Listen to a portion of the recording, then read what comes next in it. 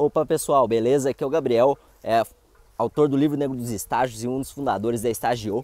E hoje eu tô aqui para falar para vocês sobre o processo seletivo da Craft Rinds, que foi um dos últimos que eu participei esse ano. Como vocês imaginam, a gente está sempre participando de processos seletivos para ver o que está acontecendo. E nesse processo, que é um dos mais concorridos do Brasil, esse ano, embora deu menos que nos outros anos, deu cerca de 6 mil inscritos. E vou falar para vocês o que aconteceu na semifinal, como que foi e um dos fatores que mais eliminou a gente, na minha opinião. Então a semifinal foi uma dinâmica de grupo.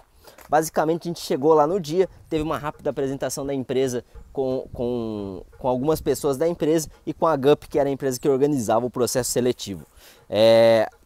Dada essa apresentação, foi a nossa vez de se apresentar. A gente estava em cerca de 30 pessoas na sala, mais ou menos, e cada um tinha 1 minuto para se apresentar. E aí é um dos pontos que já quebrou a perna de um monte de gente que podia ter se diferenciado, podia ter chegado mais perto de garantir sua vaga e não fez. Então a primeira dica que eu dou para vocês: tenha sempre um pitch pronto.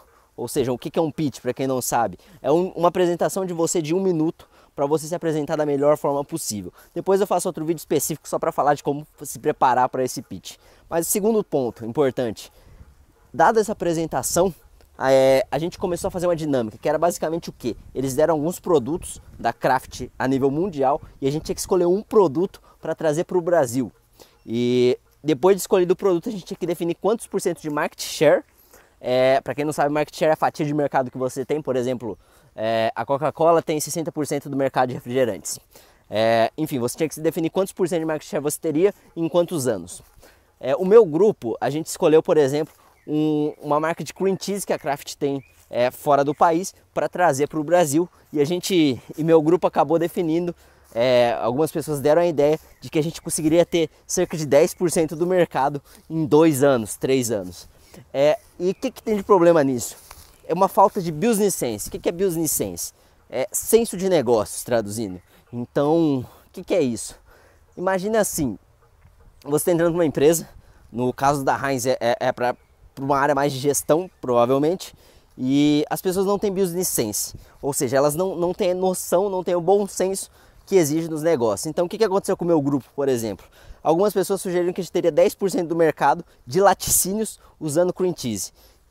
Qual que é o problema disso? O mercado de laticínios é muito grande. Você tem leite, você tem creme de leite, você tem manteiga, você tem leite condensado, você tem cream cheese e você tem mais uma infinidade de coisas. Basicamente tudo que é feito de leite.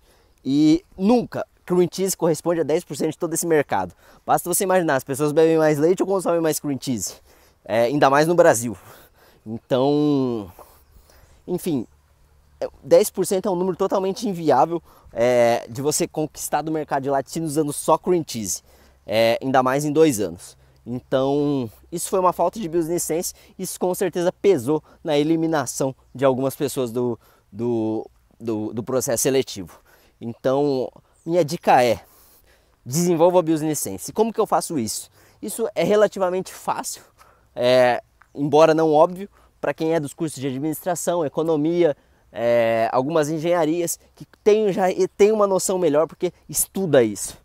Para quem não é desses cursos, e até para quem e tem que desenvolver mais, porque eu vi muito administrador errando isso também, lê bastante periódico sobre aquela indústria específica que você está se candidatando. Então, quero ir para o setor de alimentos. Cara, pega algumas revistas, pega um exame, pega um Isto É e começa a ler sobre aquilo, sobre esse tipo de empresa, para se acostumar com a terminologia que o pessoal vai usar na dinâmica, que se você não souber, provavelmente você não vai conseguir discutir de igual para igual com as pessoas. E, enfim, leia bastante notícias sobre negócios. Outra dica que eu posso dar, se for para indicar um livro, não tem um livro só que você vai ler e vai desenvolver seu business sense, mas eu gosto muito do Verdadeiro Poder, do Vicente Falcone, que é um livro que te dá alguns frameworks e te ensina a pensar de um modo bastante lógico. Então fica a dica aí desse livro para quem quer desenvolver melhor seu business sense. Então, resumindo, 2 dicas aí do processo da semifinal da Craft Rinds. Primeira, prepare o seu pitch, tenha sempre um de 1 minuto e um de 2 minutos preparado, que geralmente em painéis de dinâmicas você vai ter esse tempo. E em segundo lugar, desenvolva business sense, tá bom? O próximo vídeo eu devo falar para vocês sobre como que foi a final da Craft Rinds e o que eliminou as pessoas da final, beleza? É isso aí, abraço para vocês e até o próximo vídeo.